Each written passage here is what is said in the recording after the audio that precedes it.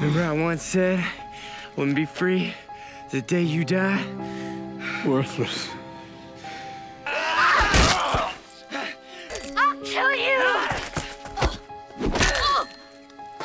The opening sequence of this episode is pretty horrifying.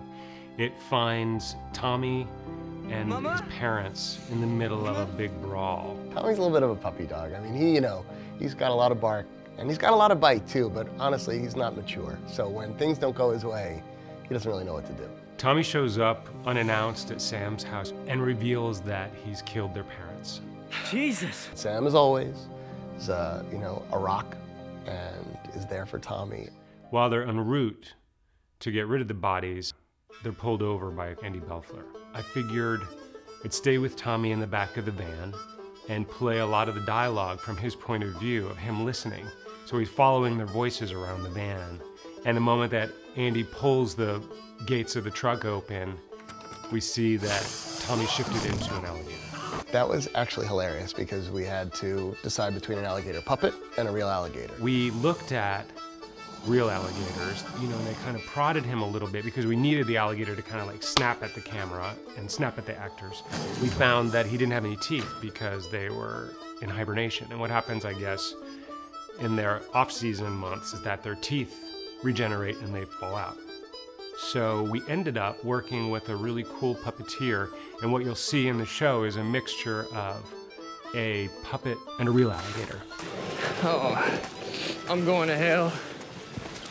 There ain't no hell, Tommy. Of course there's a hell. I killed both my parents and I'm gonna burn for it.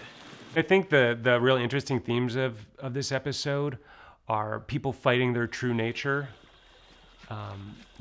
Tommy's convinced that he'll be punished for it, and he'll be punished for his true nature. Eric is fighting his sort of vampire former self and, this idea of being good, even though he has no recollection of who he was. There's a great scene where Eric comes out of his cubby and goes to find Sookie. And he's met by Godric while he's watching Sookie sleep. You are incapable of love. Drikenu. Well, it turns out to be a dream.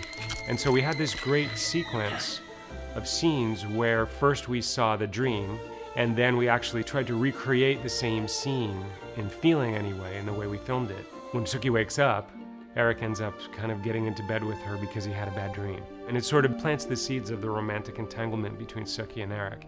Eric leaves her because he's afraid of hurting her, and she calls him back. We have a long-awaited kiss between Sookie and Eric Northman. Big fans of the show, been waiting 4 seasons. I thought that the way they played the kiss was beautiful. It didn't seem like it was pandering. It just seemed like it was real, and two characters have been waiting a long time for something to happen.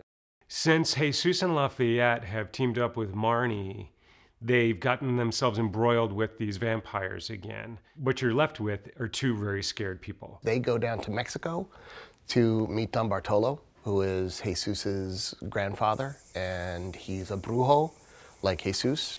The last time I saw my grandfather was on my 9th birthday. Jesus tells the story when his grandfather gives him a gift of a goat. He thinks it's going to be a pet, but the grandfather forces him to ritualistically kill the goat. What we ended up doing was bonding the boy with the goat. He would feed the goat, and the goat kind of became really friendly to him, as animals do when you feed them. And then the guy who played the grandfather, Del, had this great way. The goat sort of thought he was getting a neck massage, and they were just kind of wrestling around with the goat and having a great time, and the boy pretended to stab him, and he splattered him with blood. We never showed a knife hitting a goat. It was all sort of, action and splatter and implied. And it's fun to see how the viewer can infer things that aren't there just because they're shot a certain way.